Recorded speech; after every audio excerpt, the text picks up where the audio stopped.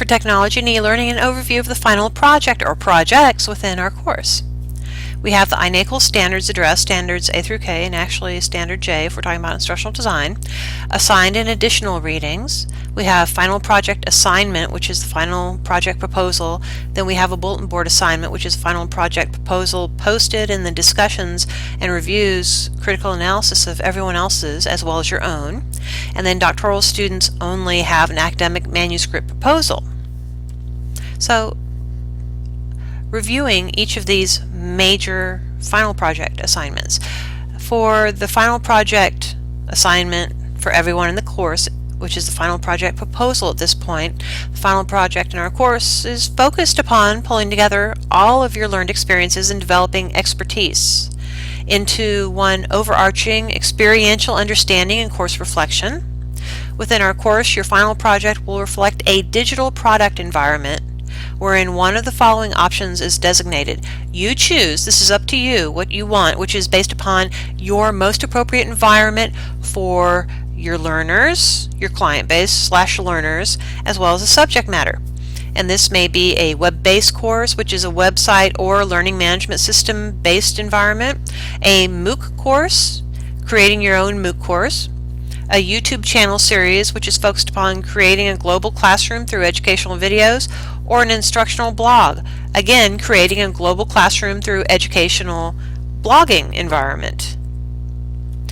And it is your choice which one of the four that you choose, but the focus of this endeavor is not only to ensure an opportunity for you to experience a real-world digitally based instructional effort, but more so towards experiencing different types of e-learning, instructional design, and implementation efforts primarily focused upon quality teaching within an online environment.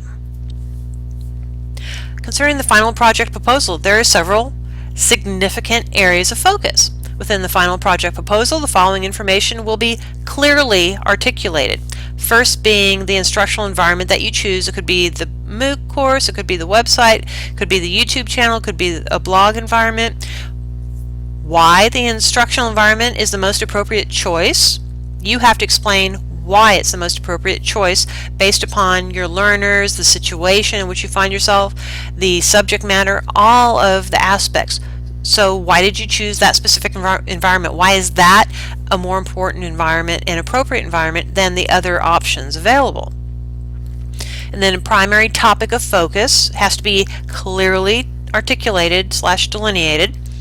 And then initial instructional design layout that includes the analysis phase to a great extent. What is the expertise level of the learners, novice, intermediate, expert? What is the knowledge structure? Is it procedural or declarative? What's the purpose and what are the uses? Is it a small scale or a large scale or somewhere in between type instructional environment?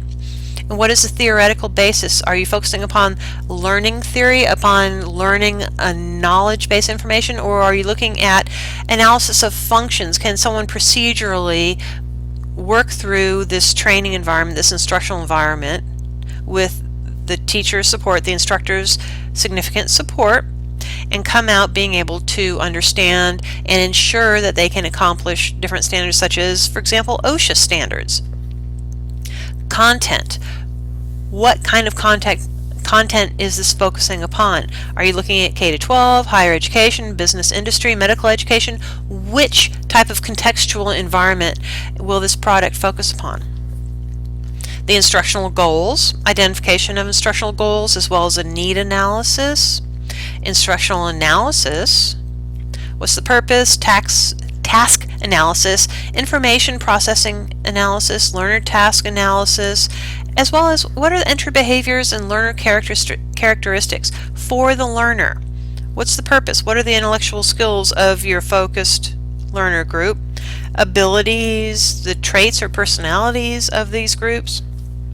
What are your performance objectives? Again, purpose to translate the need and goals into specific and detailed objectives needs to occur, as well as functions. Walking out, what can they do?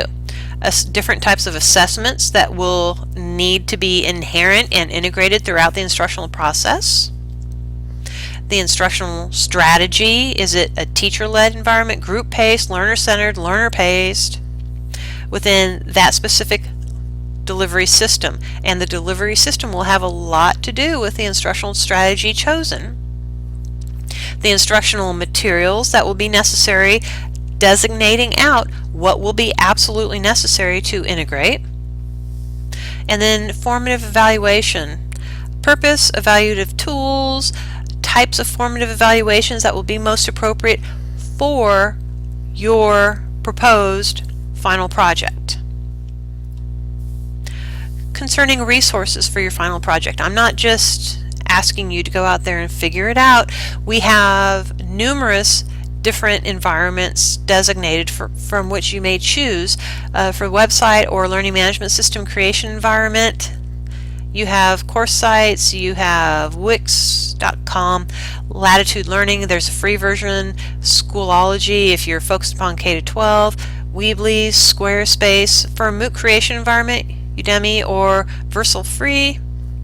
You have YouTube channel series, either YouTube or YouTube EDU, instructional blog environment, blogger.com, Google Blog or Blogspot, WordPress.com, Tumblr. You have innumerable different environments that you will want to go and review.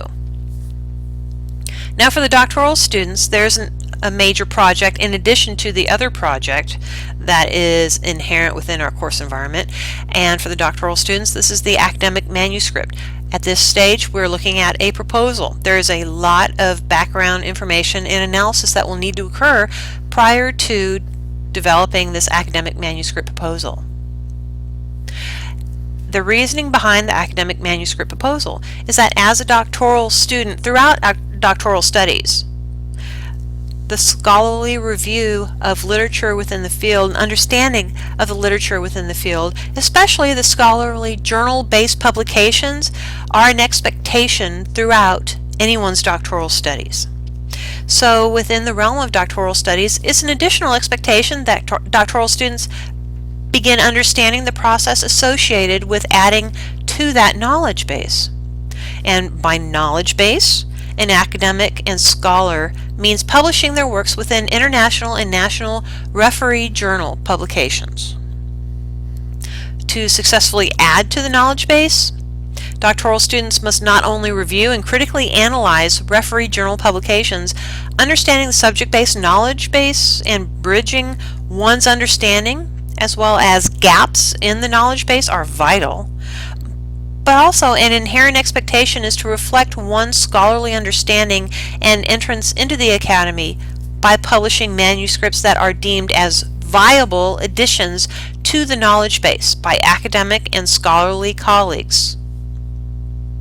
For this reason, a doctoral student-specific major project, in addition to the other course-based major projects, expectations fulfilled by everyone enrolled in the course, is to successfully complete and submit a worthy academic manuscript to an international or national peer-reviewed journal for collegial review and consideration towards publishing within the journal.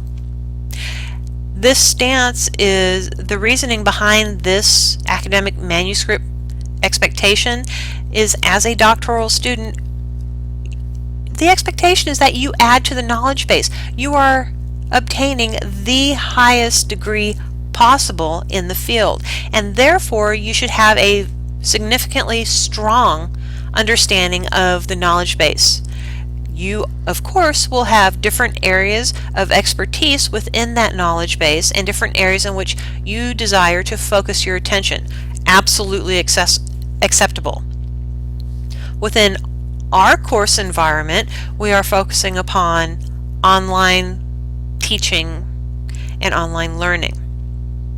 As such, no matter what your subject matter area of expertise, no matter what area you are focusing upon, whether it be medical education, higher education, K-12, business industry, the idea of a gap in practice should have already begun presenting itself. Throughout your prior coursework, one would have the expectation that the critical analysis of the literature has already begun, and you have begun developing an understanding of the gaps in the literature that are of interest to you. That is the underlying expectation of doctoral coursework in doctoral studies. As such, within this course, based upon all of your prior coursework, as well as within this course, you will have a developing understanding of the literature and the gaps within the literature that you will have an opportunity to support or fill through this academic manuscript design, development, and implementation to the point that you are submitting it for a journal review, peer review. So, to address the major project, there are several different components that must be included within the academic manuscript proposal. You'll have project manuscript topic.